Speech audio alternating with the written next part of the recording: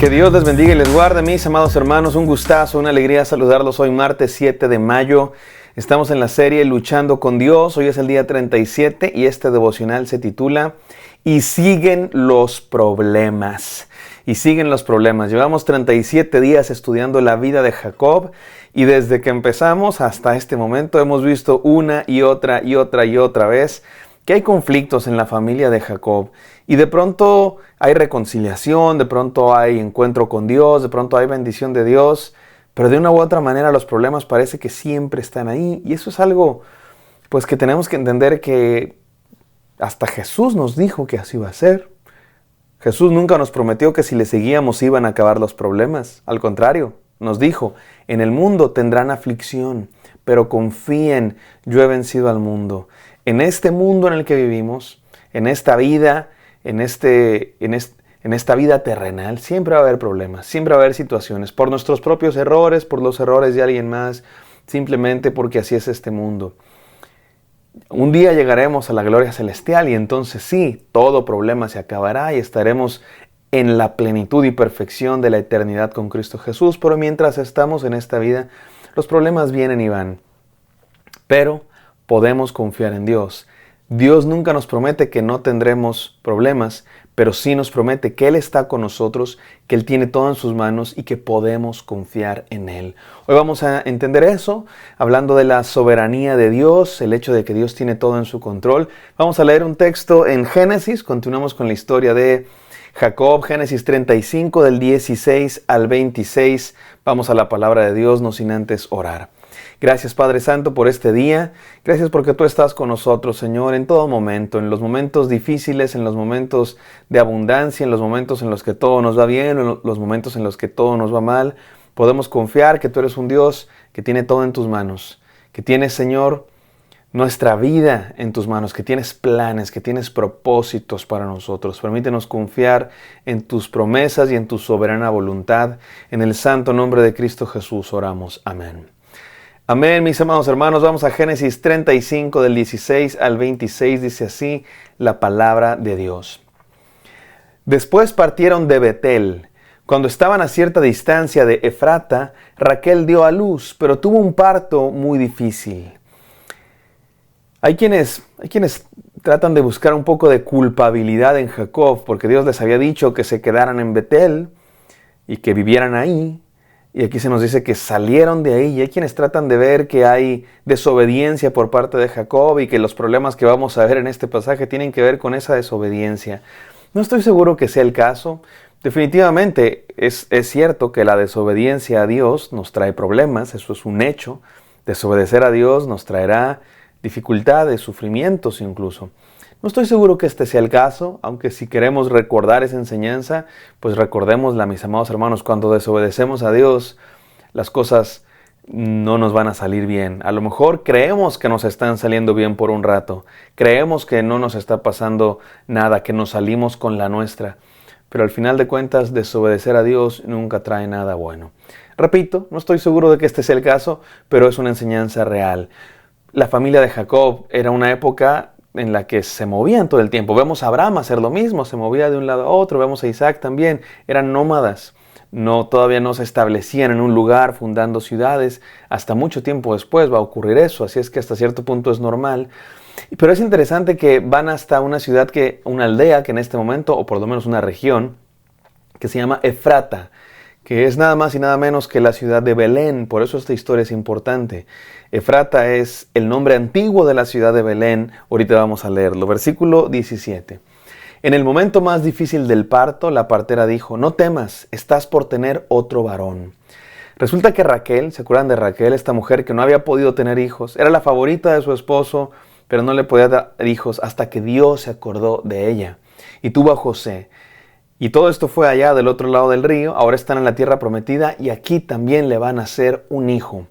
Pero está teniendo dificultades en su parto. En aquella época muchas mujeres morían en el parto y Raquel está teniendo dificultades en su parto, pero la partera le dice, no temas, no te preocupes, vas a tener otro varón, que hablaba de la bendición de Dios. No obstante, ella se estaba muriendo y en sus últimos suspiros alcanzó a llamar a su hijo Benoní, que significa hijo de mi sufrimiento o hijo de mi aflicción. Pero Jacob, su padre, le puso por nombre Benjamín, que significa hijo de mi mano derecha. Y este fue el nombre de el 12º hijo de Jacob, el segundo hijo de Raquel. Así murió Raquel y la sepultaron en el camino que va hacia Efrata, que es Belén.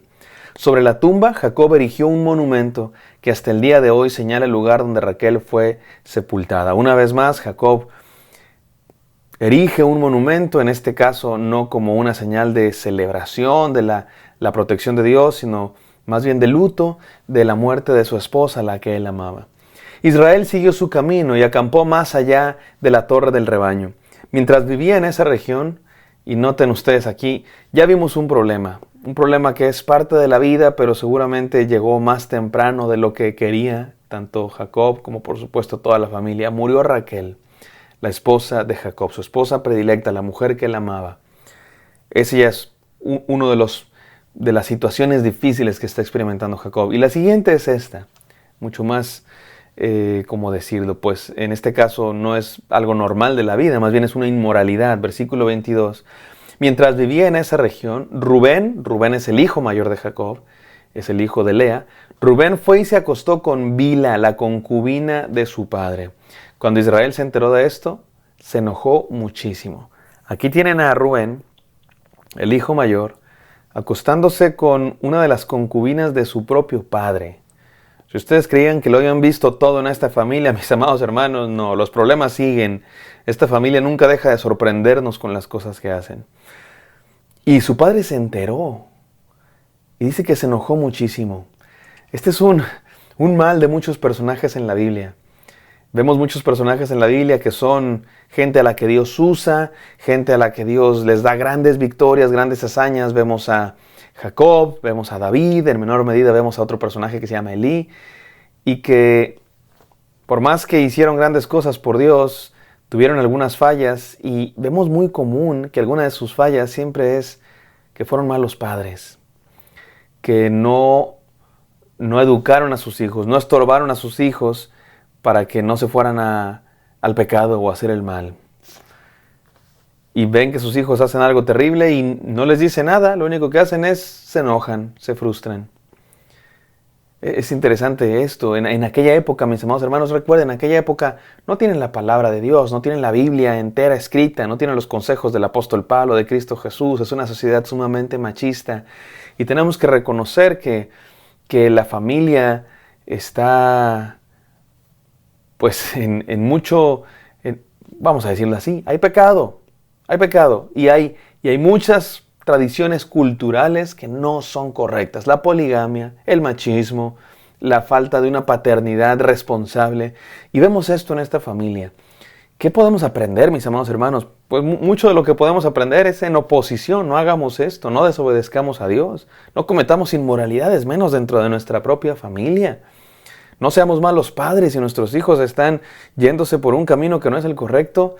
Exhortémoslos, reprendámoslos, pidamos de Dios sabiduría para hacerlo con amor. Y podemos aprender estas enseñanzas en oposición. Pero hay algo también muy interesante que quiero yo concentrarme en este pasaje. Y es la siguiente, tiene que ver con la soberanía de Dios. ¿Qué es la soberanía de Dios? El hecho de que Dios tiene todo en sus manos. Porque esta es la familia que se va a convertir en el pueblo de Dios. No se va a convertir, ya es el pueblo de Dios. Estos 12 hijos son las 12 tribus de Israel.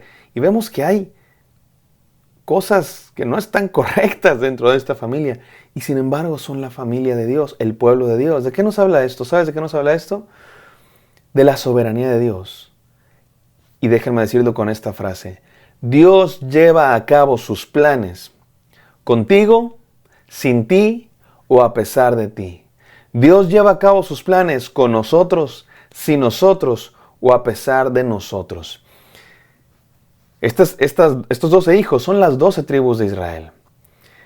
Pero el que va a continuar un poco la promesa es Judá. Judá es el cuarto hijo. ¿Y por qué el cuarto hijo continúa la promesa? Judá va a ser el que de su descendencia nazca David, el rey David, y después Jesucristo el Mesías.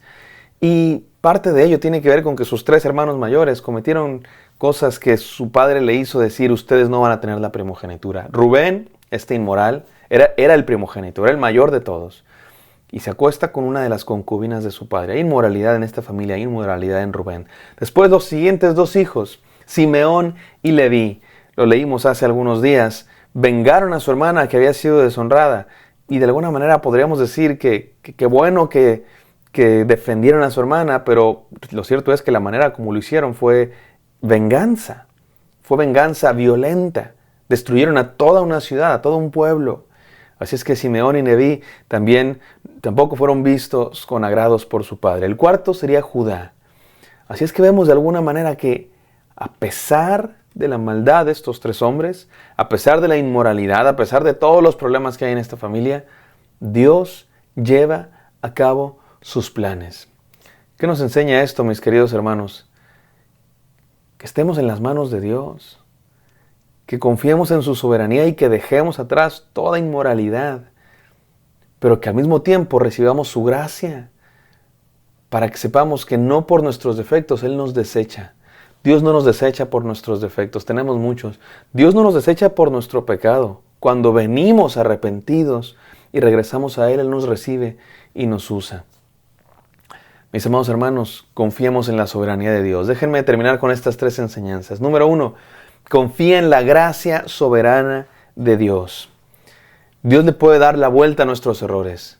Dios puede continuar sus planes a pesar de nuestras equivocaciones, pero confiemos en su gracia, regresemos arrepentidos a sus brazos, estemos en su amor. Él es sabio para llevar a cabo sus planes y también tiene amor para perdonar nuestros pecados. Vengamos a Él. Número 2, acepta la misión que Dios te ha dado. A Raquel era la esposa amada de Jacob.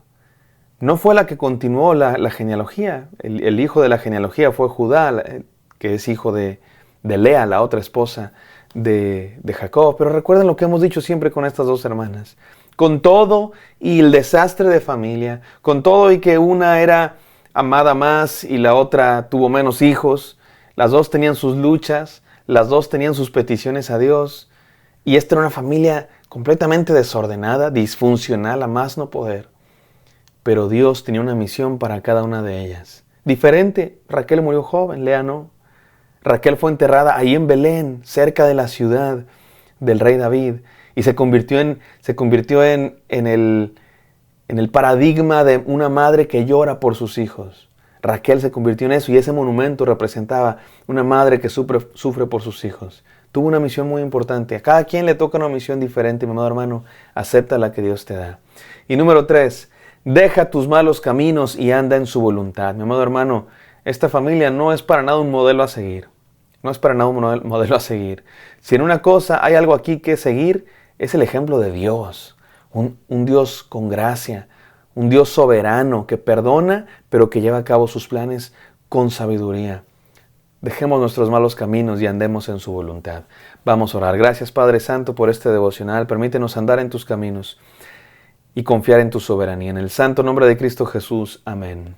Amén, queridos. Espero que esto haya sido de bendición para ustedes. Me encantará encontrarlos el día de mañana. Bendición.